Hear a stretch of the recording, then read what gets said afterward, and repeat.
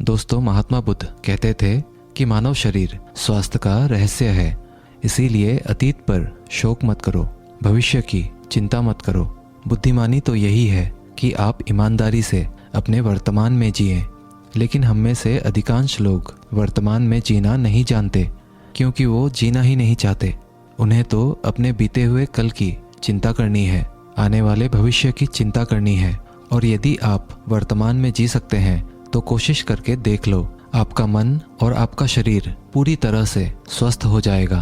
एक बार जब आप वर्तमान में जीने लगते हैं तो ना ही आपको अतीत के बीतने का दुख होता है और ना ही आने वाले भविष्य की कोई चिंता रह जाती है, बल्कि वर्तमान में चलने वाली आपके सांसें भी आपको वह आनंद देगी जो आज से पहले आपने कभी भी अनुभव नहीं किया होगा। दोस्तों, आज की ये कहानी हमें कुछ ऐसा ज्ञान देने वाली है जिसे पूरा सुन लेने के बाद आप अपने भूतकाल और अपने भविष्य काल को कहीं पीछे छोड़कर वर्तमान में जीना सीख जाएंगे। तो ये कहानी शुरू होती है एक व्यक्ति से। वो व्यक्ति अपने जीवन में बहुत दुखी था, बहुत परेशान था। वह एक पहाड़ की चट्टान पर बैठकर रो रहा था, बिलख रहा था। तभी वहां से एक बौद्ध भिक्षु गुजर रहे थे। उसे रोता देख वो बौद्ध भिक्षु उस व्यक्ति के पास गए और उससे कहने लगे, क्या तुम यहाँ से कूदकर अपनी जान देने की सोच रहे हो? वो व्यक्ति कहता है, आपने बिल्कुल सही जाना, लेकिन आपको इससे क्या फर्क पड़ता है? ये मेरा जीवन है, मैं इसके साथ जो चाहूँ वो करूँ। तभी वो बौद्ध भिक्षु उस व्यक्ति से कहते हैं, तो फिर अभी तक बैठकर रो क्यों रहे हो? अगर तुम्हें अपनी जान लेनी ही है तो यहाँ बैठकर रोने से क्या फ़ायदा?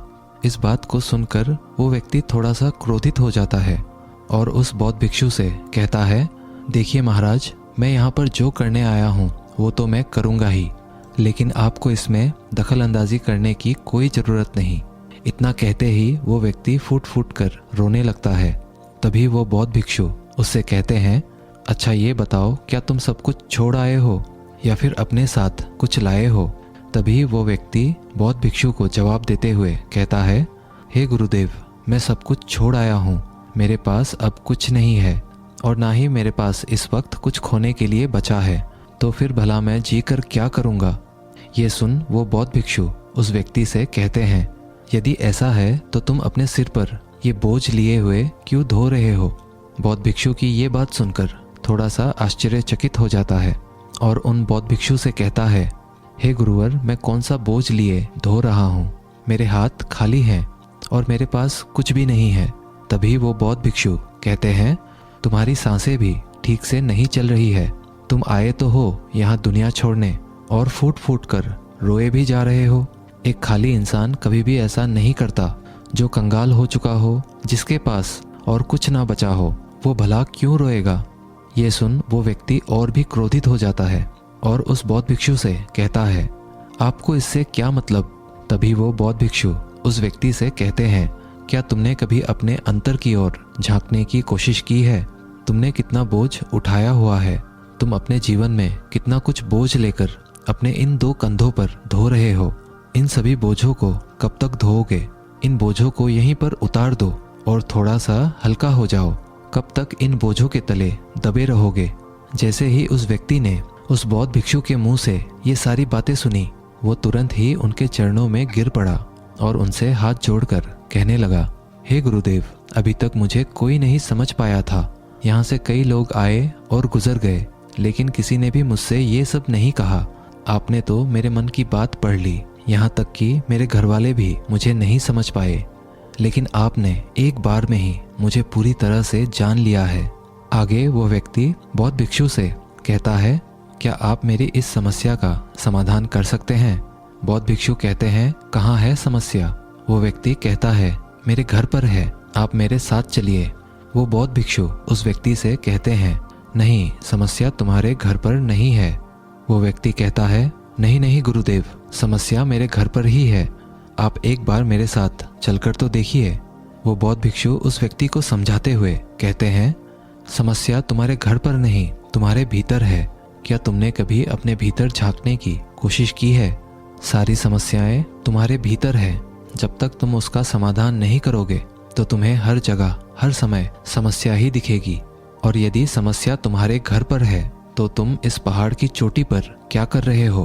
तुम तो कह रहे थे कि तुमने पीछे सब कुछ छोड़ दिया है, अपना घर, अपने परिवार, अपने सगे संबंधी, और यदि तुमने ये सारी चीज़ें छोड़ ही दी हैं तो तुम्हारी समस्या भी वहीं पर छूट गई है। फिर तुम भला इतने परेशान क्यों हो? उस बौद्ध भिक्षु के मुंह से ये सारी बातें सुनकर वो व्यक्ति कहता है, हे गुरुवर, आप सही कहते हैं, मैं आपकी बातों को समझ पा रहा हूँ। कमी तो मेरे ही अंदर है, मैं किसी काम का नहीं हूँ। मैं जब भी कोई काम करने जाता हूँ तो सब बिगाड़ देता हूँ। मेरे हाथों सारे काम गड़बड़ हो जाते हैं। मैंने आज तक कोई भी काम ढंग का नहीं किया। मेरी तो किस्मत ही खराब है। उस व्यक्ति के मुख से ये सारी बातें सुनकर बौद्ध भिक्षु मुस्कुराने लगे और उस व्यक्ति से कहा, अच्छा, तुम्हें लगता है कि तुम्हारी किस्मत खराब है, तो मुझे ये बताओ क्या खराबी है तुम्हारे किस्मत में? तभी वो व्यक्ति उस बौद्ध भिक्षु से कहता है, हे गुरुवर, मुझे व्यापार करना था और व्यापार करने के लिए मुझे धन की आवश्यकता थी। इसीलिए मैंने अपने परिवार से थोड़ा सा धन लिया और उसी धन से मैंने अच्छा सा व्यापार खड़ा किया। लेकिन गुरुवर, मेरा व्यापार ज़्यादा दिन तक नहीं चल सका। शुरू में मेरे परिवार वालों ने मेरा पूरा साथ दिया और तब तक सब कुछ ठीक भी चल रहा था। लेकिन धीरे धीरे मुझे मेरे व्यापार में नुकसान होने लगा और ये सब देख मेरे परिवार वाले मुझसे नाराज़ हो गए और मुझसे दूर चले गए। मैं तो चाहता था कि मैं अच्छा व्यापार करूं, अच्छा धन कमाऊं, ताकि मैं अपने परिवार को अच्छे से संभाल सकूं, उन्हें वो हर सुख सुविधा दे सकूं जिनकी उन्हें आवश्यकता है। मैं तो सब उन्हीं के लिए कर रहा था, लेकिन वो लोग मुझे समझ नहीं पाए और मुझे ही इसका जिम्मेदार ठहराते हैं। और मुझे भी यही लगता है कि मैंने गलत किया, क्योंकि मेरा भी एक मित्र है, उसने मेरे साथ ही व्यापार शुरू किया था, लेकिन उसका देखो, उसका व्यापार बहुत अच्छा चल रहा है। मेरा मित्र जब भी मेरे घर आता है तो अपने अच्छे व्यापार की बातें अवश्य बताता है। वो हमेशा ये कहता रहता है कि किस तरह से उसने अपने दम पर व्यापार को खड़ा किया है और उसे चलाने में भी वह सक्षम है। किस तरह से उसने जी तोड़ मेहनत की और अपने व्यापार को उन ऊंचाइयों तक ले गया। ये सब सुन मेरे परिवार वाले भी मुझसे कहते हैं, देख, वो तेरा मित्र है, उसने अपने व्यापार को कहाँ से कहाँ ले गया, और तूने तो हमारी जमा की हुई पूंजी भी गवा दी, हमारा नुकसान करा दिया। मेरे परिवार वाले मुझसे हमेशा यही कहते रहते हैं कि तेरे बस का कुछ नहीं। इन तानों को सुन सुनकर मैं बड़ा परेशान हो चुका था। इसीलिए मैंने कर्जे लिए और नया व्यापार खड़ा किया, लेकिन वहाँ पर भी मुझे मुंह की खानी पड़ी और मेरा व्यापार पूरी तरह से चौपट हो गया। अब तो हालत यहाँ तक आ चुकी है कि मेरा घर भी अब गिरवी पड़ा हुआ है। अब आप ही बताइए गुरुवर, मैं क्या करूं? तभी वो बौद्ध भिक्षु उस व्यक्ति से कहते हैं, अच्छा, तुम्हें ये पता है कि तुम्हारा मित्र तुम्हारे पास क्यों आता था? तभी वो व्यक्ति कहता है, हाँ, मुझे अच्छी तरह से पता है। वो मुझे मेरे घर वालों के सामने नीचा दिखाने के लिए आता था, मेरी बुराई करने आता था। वह ये जताने आता था कि वो मुझसे व्यापार में कई गुना आगे है, श्रेष्ठ है। वह चाहता है कि मैं उसकी सफलता देखकर दुखी रहूं, तड़पता रहूं और परेशान रहूं। तभी वो बौद्ध भिक्षु उस व्यक्ति से कहते हैं, क्या तुम उसके व्यापार को देखकर सच में दुखी रहते थे? वो व्यक्ति कहता है, हाँ, इतना अच्छा व्यापार उसने खड़ा किया है और मेरा व्यापार चौपट हो गया, तो ये देखकर मुझे तो दुख होगा ही ना गुरुवर, मुझे तो जलन होगी ही। तभी वो बौद्ध भिक्षु उस व्यक्ति से कहते हैं, तुम्हें दुख किस बात का था, अपनी असफलता का या फिर अपने दोस्त की सफलता का? तभी वो व्यक्ति उस बौद्ध भिक्षु से कहता है, अपने असफल होने पर मुझे इतना पछतावा नहीं था, लेकिन मेरा मित्र इतना सफल हो चुका था, उसे देखकर मुझे ईर्ष्या होती थी, मेरे अंदर जलन की भावना उत्पन्न होती थी और मैं ये देख देख कर दुखी रहता था, पछताते रहता था, तड़पता रहता था। तभी वो बौद्ध भिक्षु उस व्यक्ति से कहते हैं, इसका अर्थ तो ये हुआ, अगर तुम्हारा मित्र भी असफल हो जाए तो तुम्हें खुशी होगी। तो वो व्यक्ति कहता है, जी हाँ, मुझे बड़ी खुशी होगी अगर वो असफल हो जाए, उसका व्यापार चौपट हो जाए। ये सुन बौद्ध भिक्षु फिर से एक बार मुस्कुराने लगे और उस व्यक्ति से कहते हैं, इसका अर्थ तो यही हुआ कि तुम्हारी खुशी तुम्हारे मित्र पर निर्भर करती है। यदि वो चाहे तो तुम्हें खुश कर दे और यदि वो चाहे तो तुम्हें दुखी कर दे, क्योंकि तुम खुद से ना तो खुश हो सकते हो ना ही दुखी। तुम तो अपने मित्र के गुलाम बनकर रह चुके हो। और अगर यही बात है तो तुम्हारी समस्या का कोई समाधान नहीं है, क्योंकि तुम्हारी खुशियाँ और तुम्हारी तकलीफ़ें ये सब दूसरों के व्यवहार पर निर्भर करती है। तुम्हारे कर्मों से तुम्हारा तो कुछ हुआ नहीं, ना तो तुम अपने कर्मों से खुश हो सके और ना ही दुखी। इसीलिए तुम्हारी समस्याओं का मैं कोई समाधान नहीं कर सकता। तभी वो व्यक्ति उन बौद्ध भिक्षु से कहता है, हे गुरुवर, ऐसा मत कहिए। मुझे आपसे बात करते करते बहुत आशा आपसे हो गई है, क्योंकि आप ही वो है जिन्होंने मुझे जाना है, मुझे समझा है। हे गुरुवर, मैं आपसे विनती करता हूँ कि मेरे इस समस्या का समाधान मुझे आप बताइए। तभी वो बौद्ध भिक्षु उस व्यक्ति से कहते हैं, जब हम दूसरों से आशा बांध लेते हैं तब हम दूसरों पर पूरी तरह से निर्भर हो जाते हैं। अगर मैं तुम्हें कोई भी रास्ता ना बताऊं, मैं तुम्हें तुम्हारी समस्या का समाधान ना दूं, तो तुम इसी तरह से दुखी रहोगे, रोते रहोगे, बिलखते रहोगे। और अगर मैं कोई रास्ता तुम्हें बता दूं, मैं तुम्हें कोई समाधान बता ही दूं, तो हो सकता है तुम्हें कुछ मिल जाए। लेकिन एक बात हमेशा याद रखना कि जो तुम्हारा मित्र तुम्हारे घर पर आता है, यह तुम्हें बताने के लिए कि किस तरह से उसने अपने व्यापार में वृद्धि की, किस तरह से उसने कड़ी मेहनत की, जो तुम्हें दुखी करने आता है। लेकिन क्या तुमने कभी गौर किया है, तुम्हारा मित्र बात तो सच्ची ही कह रहा है कि किस तरह से उसने अपने जीवन में वह संघर्ष किया और उस मुकाम तक पहुंचा है। तो उसने अपने अनुभव की ही बात तो तुम्हें बताई है। अब चाहो तो तुम उस अनुभव का इस्तेमाल कर सकते हो, या फिर तुम उस अनुभव को व्यर्थ ही जाने दे सकते हो और अपने मन में ईर्ष्या जैसे भाव उत्पन्न कर सकते हो। समझदारी तो इसी में है कि जब वो तुम्हें अपने अनुभव के बारे में बता रहा है कि किस तरह से उसने संघर्ष किया है अपने जीवन में अपने व्यापार को उस ऊंचाई तक पहुंचाने के लिए, तो तुम अपने बुद्धि का इस्तेमाल करो, उसके अनुभव का इस्तेमाल करो, उसके ज्ञान का इस्तेमाल करो। तुम्हें तो खुश होना चाहिए। तुम्हें जो अनुभव चाहिए था तुम्हारा मित्र आकर तुम्हें घर पर ही दे रहा है, और इस पर तो तुम्हें अपने मित्र का आभार प्रकट करना चाहिए, क्योंकि घर बैठे बैठे तुम्हें वह अनुभव प्राप्त हो रहा है जो तुम अपने जीवन से प्राप्त नहीं कर सके। इसीलिए आगे बढ़ो, संघर्ष करो, उस अनुभव का इस्तेमाल करो और कभी हार मत मानो, क्योंकि समय की एक खूबी है, समय चाहे कैसा भी हो बदल जरूर जाता है। इसीलिए समय चाहे जैसा भी हो, अच्छा या बुरा, दोनों का गुजरना तय है। लेकिन सबसे ज़रूरी यहाँ पर समझने वाली बात यह है कि इन दोनों वक्त को देखने के लिए तुम्हारा जीवित रहना आवश्यक है। और जब तुम्हारा अच्छा वक्त शुरू होगा, तुम अपने संघर्ष से अपने व्यापार को खड़ा करोगे और अपने व्यापार को उन ऊंचाइयों तक ले जाओगे। तब वही तुम्हारे मित्र तुम्हारी सफलता की नहीं, तुम्हारी असफलता के गुण गाएंगे, ताकि तुम उन्हीं की तरह कोई गलत निर्णय लो और तुम उन्हीं की तरह बर्बाद हो जाओ। तो यहाँ पर तुम्हें अपनी बुद्धि का इस्तेमाल करना होगा। तुम्हें उनकी बातों पर ध्यान ना दे करके बल्कि अपने बुद्धि का प्रयोग करना होगा, क्योंकि उस समय वे तुम्हें सुखी नहीं दुखी करने आएंगे, क्योंकि उसे भी तुम्हें दुखी देखकर उतना ही मज़ा आएगा जितना कि तुम्हें उसे दुखी देखकर आएगा। ये सारी बातें सुन वो व्यक्ति उस बौद्ध भिक्षु से कहता है, हे गुरुवर, आप बिल्कुल ठीक कह रहे हो। मेरे जीवन को मैं नहीं चला रहा, बल्कि मेरे सगे संबंधी और मित्र चला रहे हैं, जो मेरे जीवन में सुख और दुख भरे जा रहे हैं। लेकिन गुरुवर, यहाँ पर मेरा एक प्रश्न है। जब मैंने व्यापार खड़ा किया था तो मेरा उद्देश्य यही था कि मैं अपने परिवार को सुखी रख सकूं, उन्हें वह सुख सुविधाएं दे सकूं। तो क्या अपने परिवार के लिए ये सारी बातें सोचना गलत है?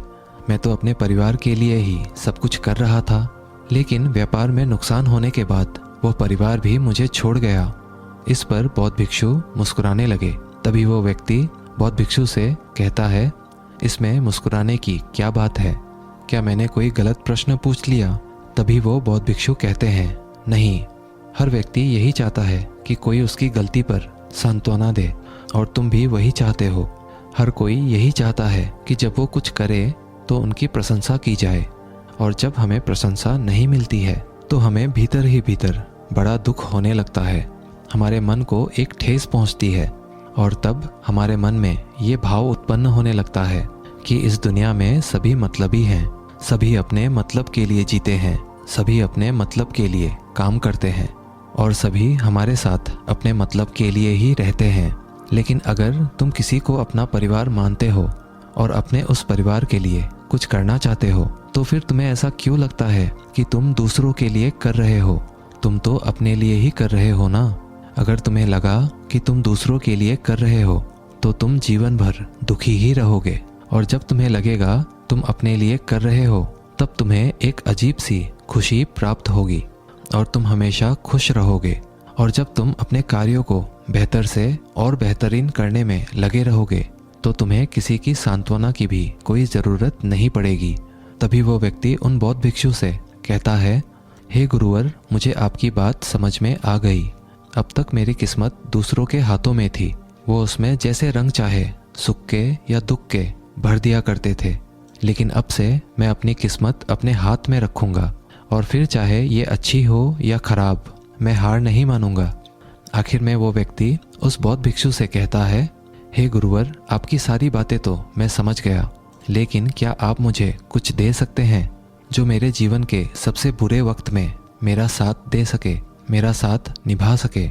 ये सुनकर वो बौद्ध भिक्षु उस व्यक्ति को एक छोटा सा बक्सा देते हैं और कहते हैं कि ये वस्तु मेरे दिल के बहुत करीब है और इसे तुम्हें अपने बहुत करीब ही रखना होगा। इस बक्से में एक ऐसा राज है जो तुम्हें बड़े से बड़े दुखों से बाहर निकाल सकता है, बड़ी से बड़ी विपत्तियों से छुटकारा दिला सकता है। और इसे तुम तब खोलना जब तुम्हें लगे अब कोई राह नहीं बची हुई है, जब तुम्हें ये लगने लगे कि सब कुछ व्यर्थ है, मैंने जो बातें कही है वो भी व्यर्थ है, ये दुनिया भी व्यर्थ है, यहाँ रहना भी व्यर्थ है। इतना कहकर वो बौद्ध भिक्षु उस बक्से को उस व्यक्ति को थमा देते हैं और फिर वहाँ से चले जाते हैं। वो व्यक्ति उस बक्से को लेकर वापस अपने घर आता है और फिर एक नया कारोबार शुरू करता है।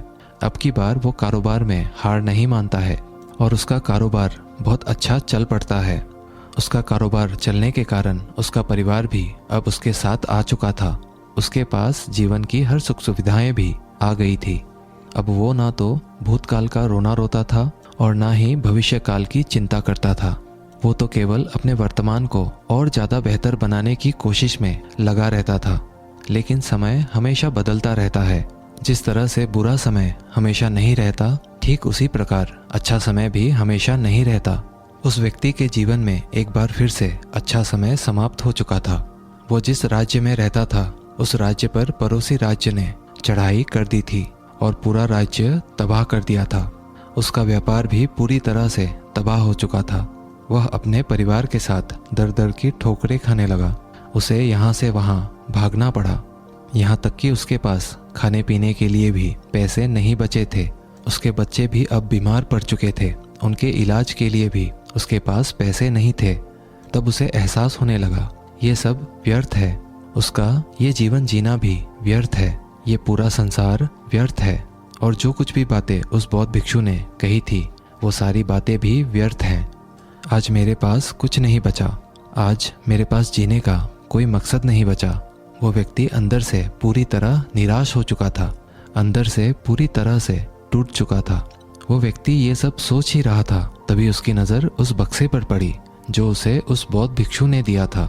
फिर उस व्यक्ति ने उस बक्से को खोला। उस बक्से में एक पर्ची थी जिसमें यह लिखा था कि आपकी नई जिंदगी की शुरुआत कहीं से भी हो सकती है।